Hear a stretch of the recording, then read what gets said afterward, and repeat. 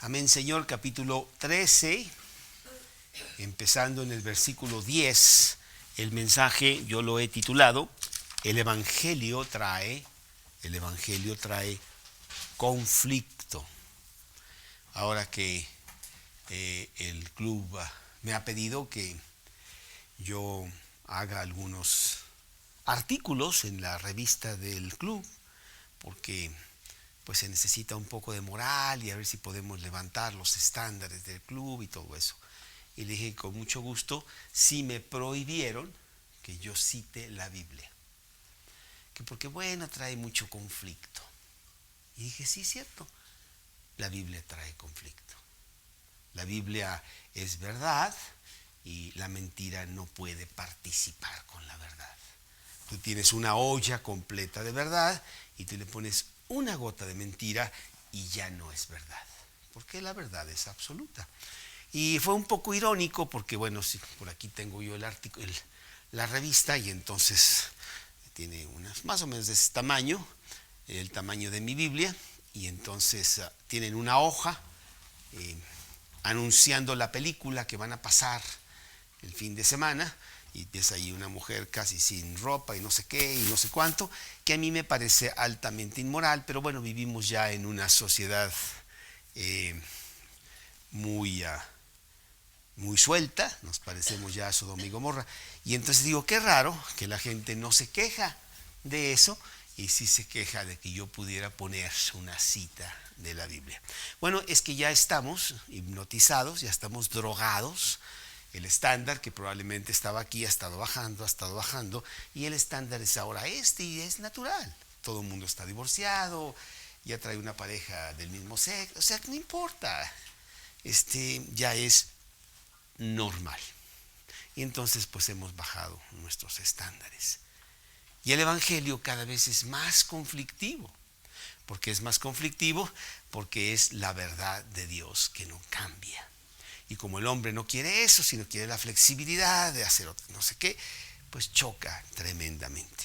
Y aquí lo vemos en este pasaje de Lucas, capítulo 13, empezando en el versículo 10, que dice así: enseñaba Jesús en una sinagoga en el día de reposo.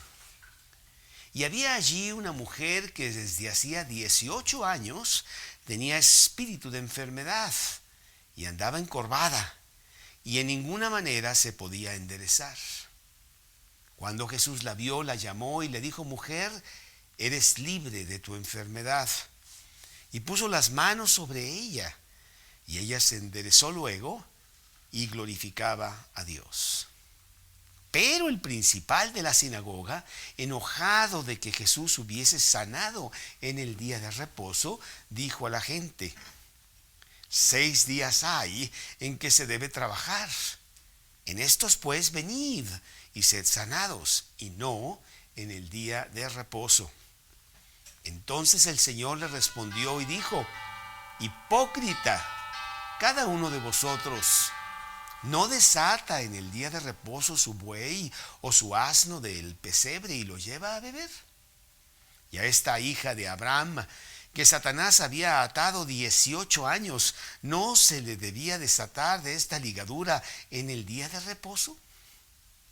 Al decir él estas cosas, se avergonzaban todos sus adversarios, pero todo el pueblo se regocijaba por todas las cosas gloriosas hechas por él. Aquí en esta casa, pues tratamos no de ver mucha televisión. En realidad la televisión no tiene nada que ofrecer. Pero no podemos tampoco prohibir totalmente a mis hijos que no tengan algún entretenimiento visual. Y entonces tenemos películas, o ponemos películas que podemos conseguir. Y a veces ponemos películas de hace 50 años, hace 1950. Y tú ves cómo muchas de esas películas citan la Biblia. La Biblia es una parte importante pues principalmente del país donde se hacen todas estas películas. Pero era importante. Inclusive cuando en la misma película hay un juicio y el juez habla al siguiente testigo, ¿verdad? Le dan la Biblia para que jure en la Biblia decir la verdad y solamente la verdad y que Dios le ayude. Bueno, eso se ha quitado. Ahora ya no hay Biblia y nada más le dicen, pues, ¿tú juras decir la verdad? ¿Sí o no? Y él dice que sí, pero ya no hay ningún fundamento sobre el cual verificar la verdad que yo tengo y que sea otro el testigo de esa verdad, que bueno, es Dios. Entonces poco a poco estamos viendo cómo se está arrinconando más y más a la Biblia para que no sea parte de nuestra vida. Con mucha fuerza ahora se habla de que nosotros hemos evolucionado. Tú vas a cualquier museo del mundo y ahí está la evolución, ¿no? En donde te dice que tú, Maro, tienes 50,000 millones de años, que empezaste de una membrana y luego hiciste un chango y no sé qué y no sé cuánto, ¿verdad? Y todo eso va totalmente contrario a lo que dice la Biblia. Ahora, ¿por qué lo hacen? Porque hay que quitar a Dios. Dios soy yo. Yo quiero hacer lo que yo quiero ser libre, cuando realmente lo único que hacen es caer en prisión. El Evangelio, la Biblia, trae conflicto, trae mucho conflicto. Y paradójicamente en los tiempos de Cristo el conflicto era tremendo. El príncipe de paz, que estaba hablando de paz para los corazones que estaban escuchando, que ellos mismos, sus enemigos, decían, nunca hemos oído a nadie hablar de esta manera. Ese príncipe de paz que tenía compasión, como vamos a ver en este pasaje, y misericordia de las personas, porque sanaba a los cojos y les daba la vista a los ciegos y atendía a las personas, inclusive resucitando hasta gente muerta. Era rechazado con la prédica que él traía. Y más, a medida que vamos avanzando en el Evangelio de Juan, el rechazo es mayor y mayor. Decíamos la semana pasada, o hace 2 semanas, que ya hay un cambio importante en el Evangelio de Lucas. Jesús ya no está hablando de la dulzura del Evangelio, está hablando de juicio. Porque los oyentes vienen a ver en qué lo pescan para poder acusarlo y finalmente callarlo y matarlo. Y él sabe esto. Y entonces sus predicaciones ya son de juicio, de condenación. Y habiendo oído y habiendo visto las cosas que Jesús hacía, era increíble que ellos, con la esperanza del Mesías que ya llegaba, no lo veían. Como lo vamos a ver aquí también, que no lo ven. Que él hace cosas espectaculares que ni en estos días, con toda la tecnología que tenemos, se podrían ver. ¿Sí? Realmente. Lucas 2:34. Lucas 2:34 nos dice, Lucas 2:34. Llevan a Jesús al templo, acaba de nacer, para presentarlo al Señor, y ahí en el templo se topan con Simeón, y dice la palabra de Dios en el versículo 2:34 de Lucas, que Simeón dijo a su madre María, he aquí este está puesto para caída y para levantamiento de muchos en Israel, y para señal que será contradicha. Lo que él va a decir, lo que él trae, lo que él es, va a traer muchos problemas, muchos conflictos.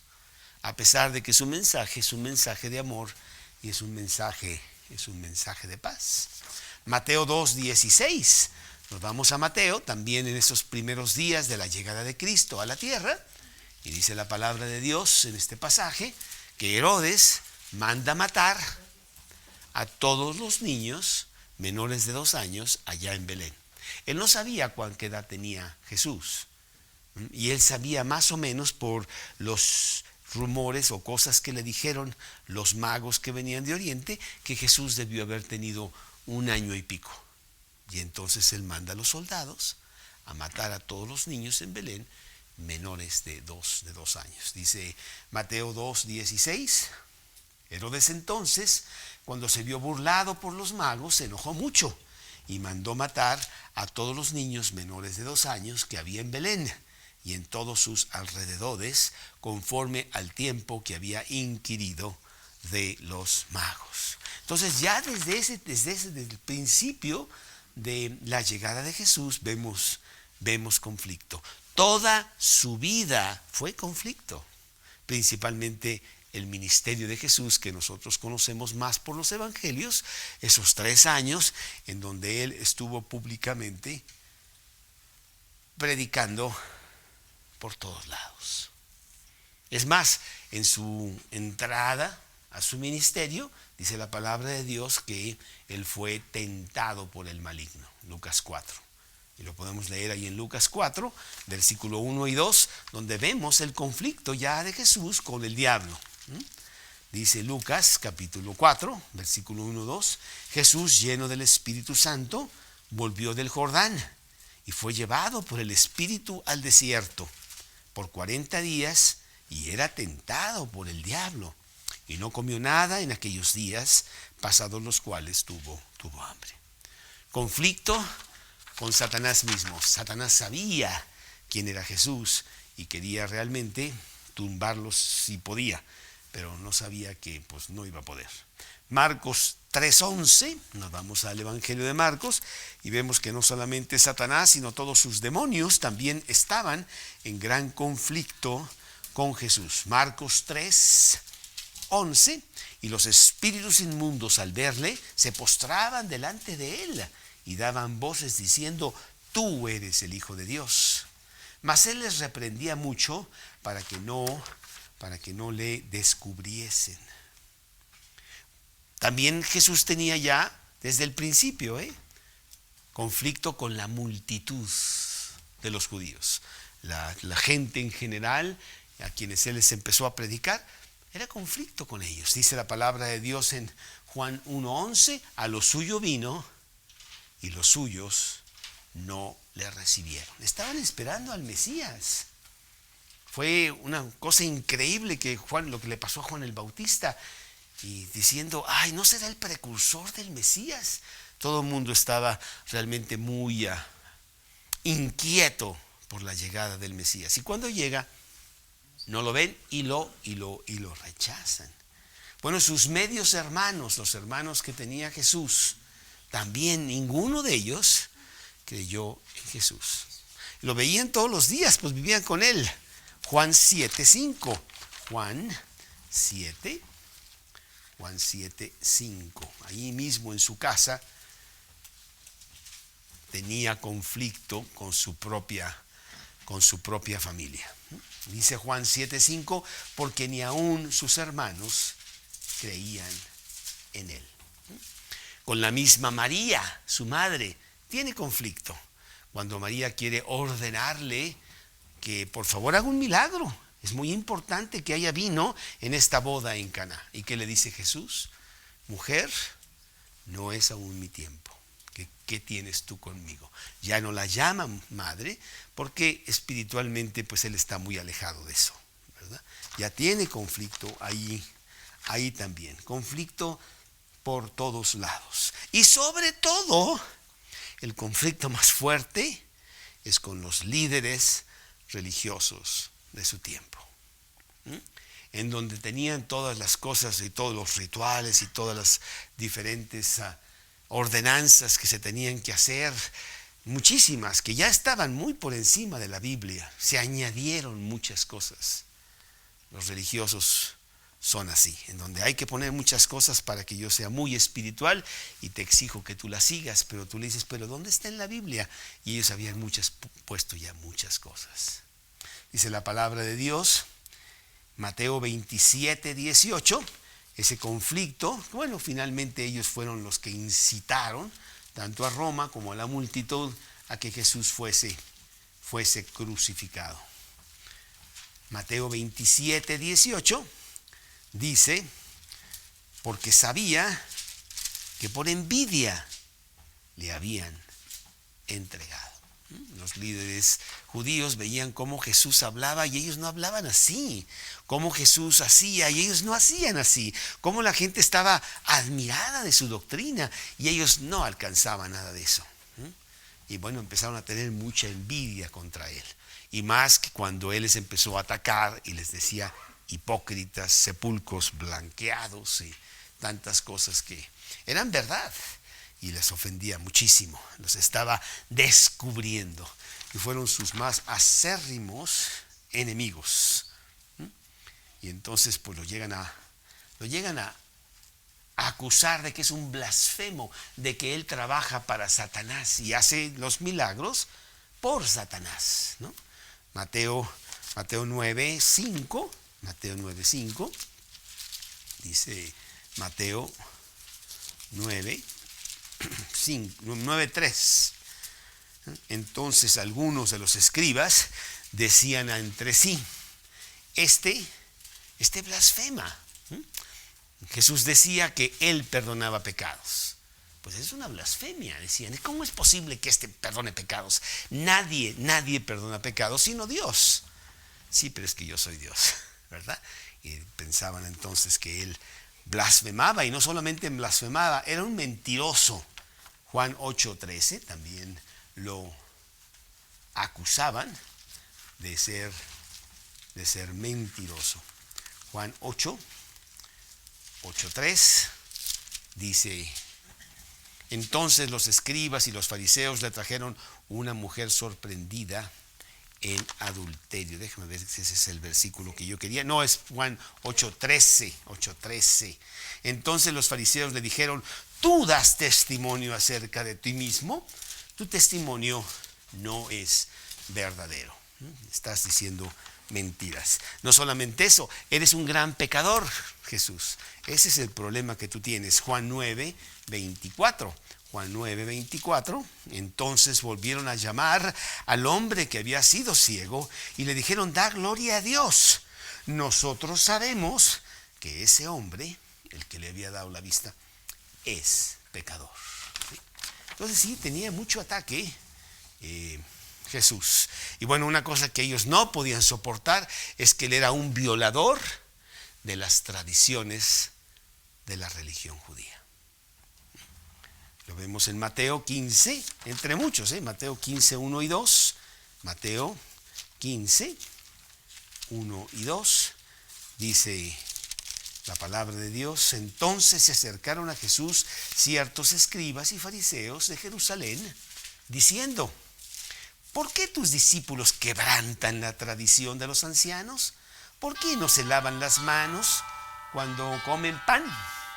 Y Jesús les hace ver que no es importante lavarse las manos, porque lo que le entra al hombre no es lo que contamina al hombre, es lo que sale del hombre lo que realmente contamina al hombre. Estaba siempre dando enseñanzas, ¿verdad? Y una enseñanza terrible era la del día de reposo. El día de reposo era ya un día muy, muy importante.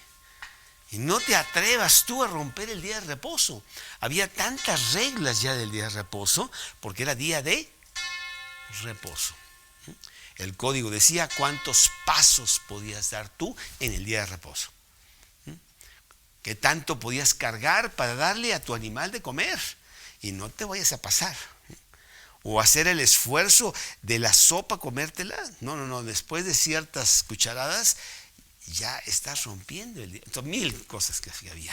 Y eran puras tonterías, porque nada de eso está en la Biblia. Pero eran las reglas que se habían puesto. Y el día de reposo era muy importante. Y Jesús rompe el día de reposo todo el tiempo, precisamente para decirles que Él es Señor del día de reposo. Decían que estaba poseído por el diablo. Marcos 3:22. Marcos 3:22. Dice Marcos 3:22. Pero los escribas que habían venido de Jerusalén decían que tenía a Belcebú, al diablo, y que por el príncipe de los demonios echaba afuera los demonios. y que bueno, finalmente que era de Satanás. Mateo 9:34. Dice Mateo 9:34. Mas ellos callaron. Espérame, estoy en Marcos, perdón. Mateo 9:34. Mateo 9:34. Pero los fariseos decían: por el príncipe de los demonios, echa fuera los demonios. Ciertamente cuestionaron la autoridad. ¿Cómo te atreves a hacer tú estas cosas? ¿Quién eres tú?, le decían a Jesús. Lucas 22:65, entre muchos, porque hay muchos versículos que hablan de cómo ellos no le daban ninguna autoridad a Jesús. Y decían otras muchas cosas, injuriándole. Cuando él echa fuera las vacas y los bueyes y tumba las mesas de los cambistas, le dicen: ¿con qué autoridad haces tú estas cosas? Y él les dice: ustedes han hecho de la casa de mi padre una cueva de ladrones. Sí tenía autoridad y le tenían miedo, la verdad es que. Y bueno, finalmente ellos planearon matarle. Les estaba ya rompiendo lo que ellos tenían, ¿verdad? Juan 11:53. Juan 11:53. Así que desde aquel día acordaron matarle. Ese es el pasaje en donde están discutiendo que Jesús resucitó a Lázaro. Ahora sí ya se pasó. Ya se pasó. Porque la gente cree en él. ¿Qué vamos a hacer? Imagínate que los romanos se enteren, etc. Tenemos que callarlo. Ese día ellos decidieron encontrar la manera de callarlo al Mesías. Sí, Jesús era todo un conflicto. ¿Por qué razón era tanto conflicto Jesús? ¿Por qué razón es el evangelio tan conflictivo en estos días como siempre lo ha sido? Porque es la verdad acusando tu mentira. Nosotros tenemos un grave problema, todos nosotros nos creemos más buenos de lo que realmente somos. Ese es un grave problema. Y entonces veo la Biblia y la Biblia me ataca. Fíjate lo que dice la Biblia. Dice la Biblia, Maru, no te me vayas tú a caer. Dice la Biblia que no hay nada bueno en ti. Ay, estás exagerando. Pues eso es lo que dice la Biblia. Está muy fuerte lo que dice la Biblia. Y cuando yo digo, no, bueno, sí, yo sé que tengo ahí mis cositas, ¿verdad? Pero que no haya nada, ni siquiera así un gramo, nada. Es lo que dice la Biblia. Inclusive dice la Biblia que todas nuestras justicias son como trapos de inmundicia. Y caímos todos como la hoja y el viento nos llevó, dice la Biblia. Pues por eso vino Cristo a salvarnos, porque pues ¿cómo podría yo salir adelante siendo tan pecador? La Biblia acusa. Este libro realmente está lleno de sangre. Lo han tratado de apagar. Lo han tratado de sacarlo de la tierra. Y si tú lees la historia de todo lo que ha pasado, y de alguna manera la Biblia siempre ha estado bajo un gran ataque. Porque le dice al hombre sus verdades que el hombre no quiere oír. Yo soy tan malo, que fui el causante de que Cristo tuviera que venir a la tierra y morir por mí. Así de grave está la situación. En estos días hay una canción que salió hace como un año o dos, muy bonita, porque dice: si hubiera estado allí, pues yo habría hecho lo mismo, injuriado a Jesús y pegado a Jesús y crucificado a Jesús. Pero luego más adelante dice la canción, más bien, yo ciertamente estaba allí. Yo fui el que hice esto, yo fui el que hice aquello, yo maté a Jesús, porque yo soy el causante de que Él esté allí. Él vino a salvarme a mí, pecador. Bueno, tú le dices a las personas cómo fue mi reacción cuando a mí me hablaron de la Biblia y me dijeron que era un gran pecador. Pues yo me burlé de ellos. ¿Yo pecador? Yo trabajo, yo hago esto, no sé qué. Yo no vendo marihuana en las esquinas. No traigo el puñal aquí a quien asesino. O sea, ¿cómo me dices que yo soy un gran pecador? Porque me estaba comparando con otras personas. Pero Dios no te compara con otras personas, te compara con Él mismo. No llego nunca. Soy un gran pecador. Por eso dice el apóstol Pablo, palabra fiel y digna de ser recibida por todos, que Cristo Jesús vino a salvarnos, a los pecadores de los cuales yo soy el primero. Había penetrado tanto en la palabra que él veía con gran claridad quién era él. Entonces sí, el evangelio causa muchísimo conflicto, ¿sí? Y Jesús denuncia la corrupción y la hipocresía constantemente ahí con los líderes religiosos. Y los líderes religiosos traían a todos los judíos así, pero bien agarrados, con 1000 impuestos y 1000 cosas y el temor de Dios y no sé qué, y más te vale que estés aquí, si no Dios te va a castigar y no sé cuánto. Llega Jesús y empieza a decirles, oye, ¿por qué les pones cargas que tú mismo no puedes llevar? ¿Sí? Y entonces se van contra Jesús realmente con todo. ¿Sí? ¿Te acuerdas cuando limpió el templo al inicio de su ministerio? Y ya lo dije, ¿verdad? Cuando él llega y saca los bueyes y las ovejas y tira las mesas de los cambistas y dice a los que vendían las palomas, ¿por qué hacéis de la casa de mi padre una casa de ladrones? Y luego al final, la semana última que estuvo en la tierra, él vuelve a hacer lo mismo. Y va al templo y hace lo mismo, ¿verdad? Entonces, claro, hay una gran enemistad contra él. ¿Sí? Él desenmascara la hipocresía de todos estos religiosos. ¿Qué es la hipocresía mía? Es la verdad. O sea, a todos nosotros nos pone realmente en juicio. Y me dice, Lupita, tú no entras al cielo nunca. ¿Por qué? Porque tú has pecado. Y la paga del pecado es la muerte. Oye, pero nada más pequé una vez. Era un día que mi esposo se había levantado y entonces había puesto el zapato y entonces yo me tropecé. Ese día, pero fue el único, una vez nada más. No entras al cielo por una vez. Cualquiera que guardare toda la ley y ofendiera en un punto, se hace culpable de toda. Entonces sí es muy fuerte lo que dice la Biblia, es muy fuerte lo que dice Jesús, por lo tanto sí es muy conflictivo. Y principalmente lo más fuerte es la incredulidad de ellos. ¿Cómo es posible que no aceptas lo que estás viendo? Los muertos resucitan, los cojos corren, los ciegos ven. Y el evangelio está siendo anunciado. Pues no lo vieron.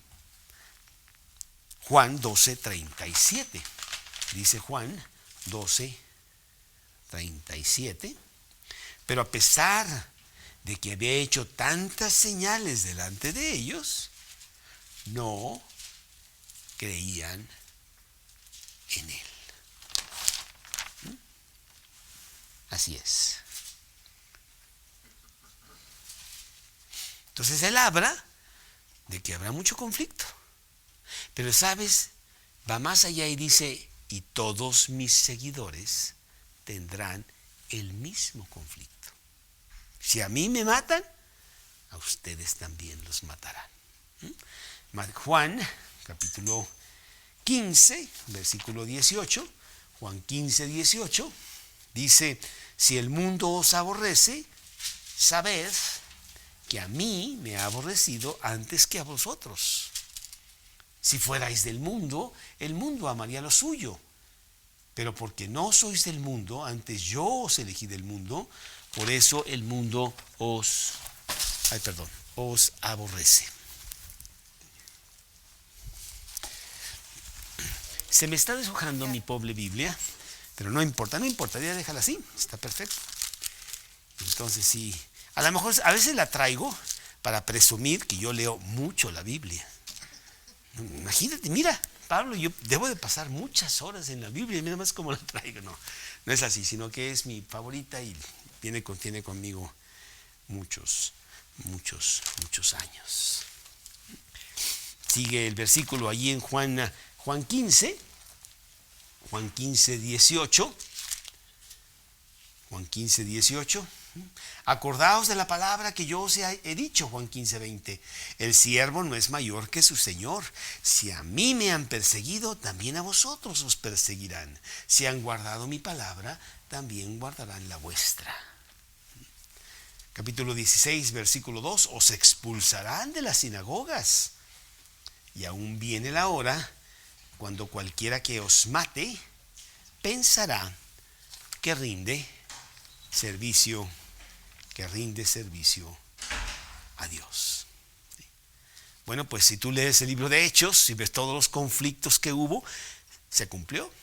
Todos los apóstoles, con una excepción, murieron violentamente por el Evangelio. ¿Cuál excepción fue esa? El apóstol Juan, ¿verdad? Y muchos de sus seguidores, Timoteo, Tito, Epafrodito, ¿verdad? Y siguió, porque el Imperio Romano se fue contra los cristianos.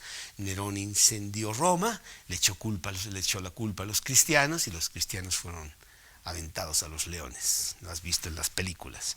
Que no fue tan cierto como te dicen, porque nunca fue una persecución completa, sino fue esporádica y por regiones.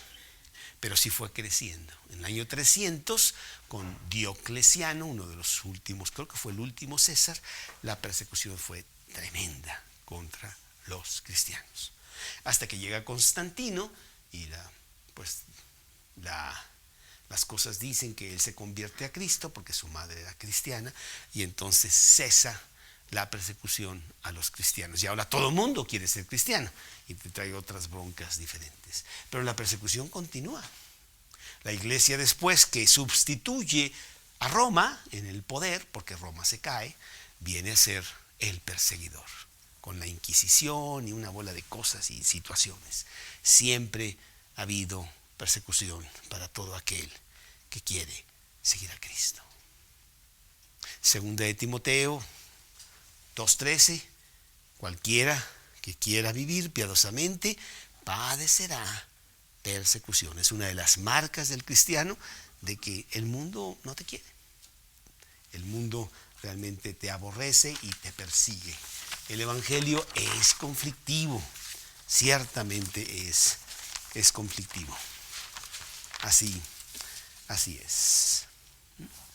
Y en este pasaje de Lucas, aquí en el capítulo 13, pues vamos a ver lo mismo realmente, que se va a ir intensificando. Todavía no llegamos a capítulos más tarde, en donde la persecución contra Jesús ya es muy fuerte.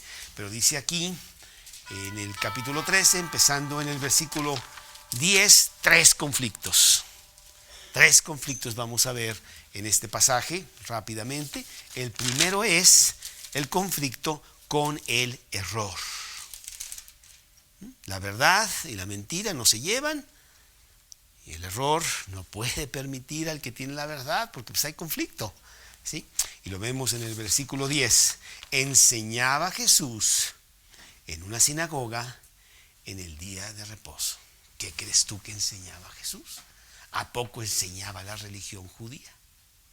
Ciertamente la estaba cumpliendo, pero enseñaba cosas muy diferentes, porque la religión judía de esos tiempos ya estaba muy lejos de lo que había escrito Moisés, como el día de reposo, en donde él voluntariamente, con intención, rompía el día de reposo para decirles que habían hecho realmente las cosas ya muy mal. Mateo 15, versículo 8 creo que es, déjame ver. Mateo 15, versículo 8. Y bueno, desde el 7. Hipócritas, bien profetizó de vosotros Isaías cuando dijo: este pueblo de labios me honra, mas su corazón está muy lejos de mí, pues en vano me honran, enseñando como doctrinas mandamientos de hombres. El día de reposo era uno de esos mandamientos. Lo que Jesús enseñaba traía conflicto de lleno contra lo que enseñaban los líderes religiosos. Su enseñanza era de salvación del pecado. Tú necesitas un Salvador. Tú estás muy mal. No me importa cuánto das de limosna, no me importa cuántas obras buenas das. Ninguna de todas ellas pagarían por un solo pecado. ¿Qué vas a hacer? Necesitas un Salvador que te limpie de ese pecado para que tú puedas estar bien. Sí, él tenía un mensaje que es muy amargo, pero viene a ser muy dulce cuando tú agarras la solución que es Cristo Jesús, ¿verdad? Entonces, como número uno, sí tenemos que él se conflictuaba fuertemente con el error. Lucas 4:43, por ejemplo. Lucas 4:43. Dice Lucas 4:43, pero él les dijo: es necesario que también a otras ciudades anuncie el evangelio del reino de Dios, porque para esto he sido enviado. Él estaba predicando constantemente la necesidad del Salvador. Esa era su vida. Eso era su mensaje. No hay nada más que decir. Estás muy, muy mal y necesitas un Salvador, y el Salvador soy yo, que al morir por ti te puede dar vida de la muerte que tú traes, ¿sí? Pues una enseñanza que condenaba a los religiosos rituales que todas estas personas tenían. Esto producía hostilidad, rechazo, pues la verdad de Jesús chocaba fuertemente con el error de ellos. Y bueno, por eso viene a desembocar en la muerte misma. Número 2, también se conflictuaba con los espíritus malos, pero los vencía, pero el conflicto existía. Dice la palabra de Dios en ese pasaje de Lucas 13, que había allí una mujer que desde hacía 18 años tenía espíritu de enfermedad. En otra versión dice espíritu malo de enfermedad. Bueno, de todas maneras, espíritu de enfermedad es un espíritu malo, ¿no? Y dice la palabra de Dios que andaba encorvada y de ninguna manera se podía enderezar. Se creía, ¿verdad?, que las personas que tenían todos estos males, Dios las había castigado por su pecado. Eran personas malas, eran personas desechadas de la sociedad. Esta mujer era una de ellas, 18 años, que tenía un verdadero conflicto físico que no podía ella remediar. Parece ser que ella está entrando en la sinagoga y Jesús quiere usarla para lo que él está predicando. Y dice, cuando Jesús la vio, la llamó y le dijo: mujer, eres libre de tu enfermedad. Aquí hay varias cosas muy interesantes, Pablo. Jesús no le pregunta a ella si ella quiere ser sanada. Obvio que quiere ser sanada, ¿verdad? Pero regularmente eran: oye, sáname, oye, por favor, te ruego, hijo de David, ayúdame. Aquí la mujer no ha hablado para nada. Y vemos la autoridad de Jesús sobre estos espíritus que la tienen atada. Eres libre de tu enfermedad. No nos dice si tenía fe, no nos dice si era una mujer que iba nada más porque llevaba a su hijo allí. No sabemos nada. Pero sí sabemos de la soberanía de Dios cuando Él quiere hacer algo. Y Él hace eso con ella. Y le dice, puso las manos sobre ella y ella se enderezó luego y glorificaba a Dios. Dios tiene gran conflicto con el mundo de los demonios, pero los vence.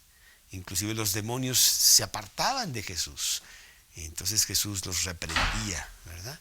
Porque ellos sabían quién era quién era Jesús. Entonces eso es número 2. Pero el número 3, muy interesante, es Jesús tiene un gran conflicto con la hipocresía de los religiosos. Dice el siguiente versículo, que el principal de la sinagoga, enojado de que Jesús hubiese sanado en el día de reposo. ¿Cómo que enojado? Bueno, se supone, ¿verdad?, que debe de haber compasión, debe de haber misericordia, que al estar predicando las cosas de Dios, pues nosotros debemos de estar enfocados en las personas y no en los rituales que las personas deben de llevar, ¿verdad? La predicación debe de ser para el confort, para la consolación, para la curación de la persona, ¿sí? Y la predicación es muy importante, que entre al alma, que hay un buen mensaje y que el alma sea confortada, ¿verdad? Y aquí tenemos una persona que está muy enojada porque no está cumpliendo los rituales, porque no está cumpliendo las cosas que se deben. No importa si estaba 18 años encorvada y mal, y no importa eso, ¿verdad? Y dijo a la gente, fíjate cómo no se lo dice a Jesús, le tiene miedo a Jesús. Oye, ¿por qué haces tú esto? ¿Qué no sabes que es día del reposo? ¿Por qué no te esperaste hasta mañana? No, se lo dijo a la gente. Claro que Jesús iba a escuchar. Y le dice, 6 días hay en que se debe trabajar. ¿Qué trabajo hizo Jesús? Pues no creo que haya dicho mucho. Él nada más le dijo, mujer, tu enfermedad está sanada. A lo mejor eso fue mucho trabajo. Entonces ni siquiera la palabra trabajo la tiene bien enfocada, ¿no? Pero bueno, así somos los que somos legalistas y muy metidos en las reglas de que tú tienes que hacer esto y no sé, pero tienes que hacerlo. Y si tienes lepra y si tienes calentura, pues muy tu bronca tú. Y así estaba esta persona totalmente sin misericordia. No debe de hacerse en el día de reposo. Hipócrita. ¿Cómo es posible que digas tú eso cuando esta mujer necesita curación y Jesús se la da inmediata? Era para que estuviera totalmente impresionado. ¿Quién es este hombre que hace estas cosas? ¿Cómo es posible que en segundos le haya quitado una enfermedad que esta mujer tenía por 18 años? ¿Quién eres tú? ¿Acaso eres tú el Mesías que nosotros esperamos? Y en ese momento él convertirse a Jesús, ¿verdad?, y tomarlo como su Salvador. Pues los milagros no te dan fe. Al contrario, muchas veces te dan más incredulidad, ¿no? Los milagros no dan fe. Es Dios el que da la fe. Bueno, pues entonces Jesús sí tiene que encararlo y humillarlo fuertemente. Entonces el Señor le reprendió y le dijo, hipócrita. Creo que es una palabra muy fuerte, ¿no? Ahí en frente de todos. Hipócrita, cada uno de vosotros. Se lo dice a él y a todos los que están de acuerdo con él ahí en la sinagoga. No desata en el día de reposo su buey o su asno del pesebre y lo lleva a beber. ¿No tienes un poco de compasión con tu bestia para que, no sabiendo que es día de reposo, pues te des un poco de beber y un poco de comida que lo necesita todos los días como lo necesitas tú? Pues ciertamente, ¿no? Y en todas las reglas del día de reposo ahí estaba que sí podías, pero nada más ciertas cosas, porque si no ya era trabajo y entonces ya violabas el día de reposo. Y a esta hija de Abraham, que Satanás había atado 18 años, ¿no se le debería de desatar de esta ligadura en el día de reposo? ¿No crees tú que sería hasta de día de fiesta hacerlo en día importante? Porque mira lo que estamos haciendo por esta mujer. La estamos desatando de las garras del maligno. Pues era para que todos nos regocijáramos con eso. Y no, tú estás enojadísimo. En otra versión que tengo yo dice ahí, indignado, altamente indignado. ¿Sí? Al decir él estas cosas se avergonzaban todos sus adversarios, pero todo el pueblo se regocijaba por todas las cosas gloriosas hechas por él. Bueno, pues sus adversarios avergonzados se iban a ir más contra él. Iba a haber todavía más conflicto. Y las personas que todo el pueblo se regocijaba por todas las cosas gloriosas que hacía él, no, Ellos son los que iban a gritar en solo unas semanas más, crucifícale, crucifícale. Estaban siendo entretenidos por Jesús. Mira los que hace, a lo mejor ahora va a sacar un conejo de un sombrero. No, buenísimo, a ver si lo hace. ¿No? Pero no estaban siendo tocados en el corazón para aceptar a Cristo como el Salvador de sus vidas. Bueno, pues ustedes saben que la semana pasada cumplí 37 años en Cristo. Y ahí en el club estaba yo platicando con las personas que confundieron de que, bueno, era mi cumpleaños físico. Y le dije, no, es un cumpleaños mucho más importante que el físico. Es mi cumpleaños espiritual. Yo estaba atado en las garras de Satanás. No tenía esperanza de salir del pecado. Estaba totalmente aprisionado. Y llegó Jesús y me sacó. Me dio la libertad de poder seguirlo a Él, que nunca hubiera podido hacerlo aunque quisiera, por mi prisión en donde estaba. Así que si el Hijo os libertare, seréis verdaderamente libres, dice el versículo, ¿verdad? Pues yo creo que hay muchas personas que están atadas sin poder salir y necesitan a Cristo. Y bueno, el día de hoy, esta misma tarde, esta mañana, estaba yo hablando con muchas personas y me amenazan de que a lo mejor van a venir al estudio, pero no vienen, no ven la terrible situación en donde están y creen que eso es normal. Su prisión es normal, pues siempre han estado en prisión y no se dan cuenta de la libertad que Cristo les puede dar. Bueno, esperemos que eso sea diferente en el futuro, pero ciertamente hay gran conflicto del Evangelio con lo que está allá afuera. Increíble que una cosa tan maravillosa, tan grande, que a nosotros nos ha dado pues tanto, a mí en 37 años de tantos milagros y tantas cosas, cause rechazo, cause ataque, ¿verdad? Yo me acuerdo cuando yo no tenía, y mira que eran días muy diferentes, 1986, 87, 88, 89, yo vivía en esta casa. El tener tu pareja del mismo sexo no existía todavía porque no habíamos bajado tanto, pero me decían aquí que por eso yo no era casado. No, él no es casado. Y se refugia ahí en su Biblia, quién sabe qué. Qué absurdo, qué tonto, cuando esto es tan maravilloso, el tenerlo en nuestras manos, una Biblia abierta y un Salvador precioso que llena nuestra vida. Y bueno, es conflicto, sabemos que eso va a ser, y si no te inventan eso, pues te inventarán otra cosa, ¿sí? Porque mataron a Jesús, de alguna manera te van a matar a ti si tú llevas el mensaje, porque el mensaje ataca al error. Bueno, pues le vamos a pedir a Dios que nos lleve a otras personas para poder decirles de las buenas nuevas del Evangelio. Para muchos es conflicto, para otros es la solución y lo quieren para sus vidas. Señor, te damos gracias, te damos muchas gracias en esta noche por tenerte a ti, por tener esta Biblia maravillosa abierta en español, accesible para que nosotros la leamos, la estudiemos, la memoricemos y la apliquemos en nuestra vida.